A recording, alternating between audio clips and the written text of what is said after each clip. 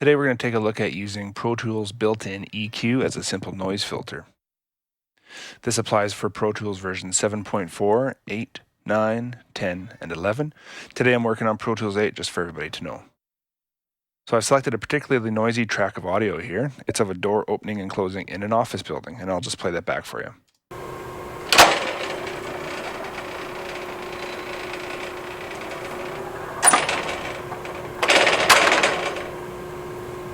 So as you can hear, it's not necessarily the best recording. You can hear a lot of background HVAC noise, but for today's purposes, it's going to work perfectly for showing you how this little trick works. So I'm just going to select the noisiest section of that. So essentially just the background noise. I'm going to play that here.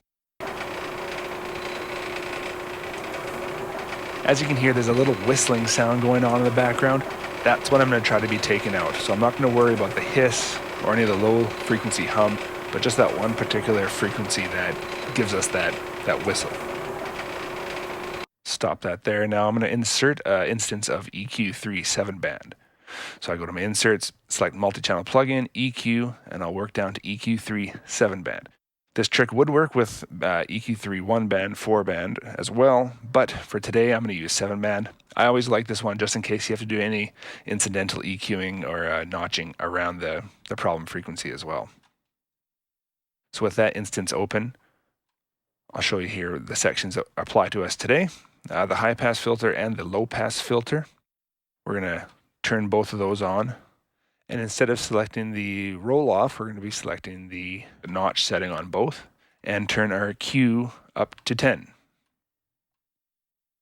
Now it's pretty cool. This creates a very tight Q that you can't necessarily achieve with the other settings below. The only limit is you're limited to 2 bands per instance of EQ. So if there's any particularly nasty noises you're trying to take out, you may have to open up a few other instances of the EQ plug. But if you don't, and you just need the one, this works perfectly. So I'm going to select that bit of noise again. I'm going to play that back.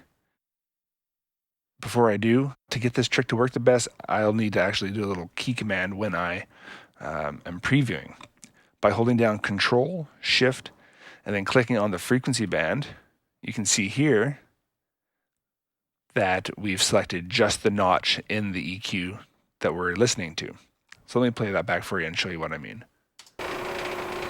So there's the entire audio. Now holding Control and Shift with click, we change that to just the frequency band that we are trying to listen for. Actually, right around there, I'd probably say about 363 hertz. You can hear that particular whistle, that one tone that I'm trying to take out. Now, this could, essentially, you could widen the Q and affect some of the surrounding frequencies. But for this purpose, I'm just going to show you how to notch out that one nasty one. So now letting go of Control and Shift, we go back to listening to the noise, this time without the problem EQ. I'll bypass the plugin just so you can get a little A/B effect. So there it is with the noise,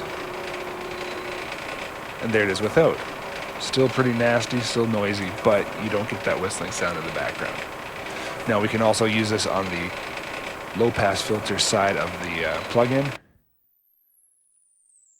Sweeping down, we could isolate any bad frequencies. Probably right around there, around the 5K mark.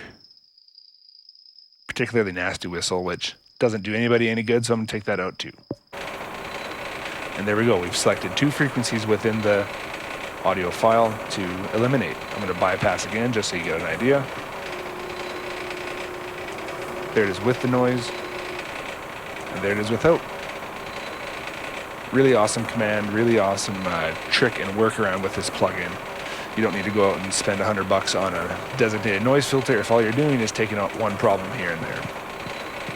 This has been Latham Ely for Tonal Gurus Sound Effects. Please feel free to stop by the website, tonalgurus.com. Download effects today.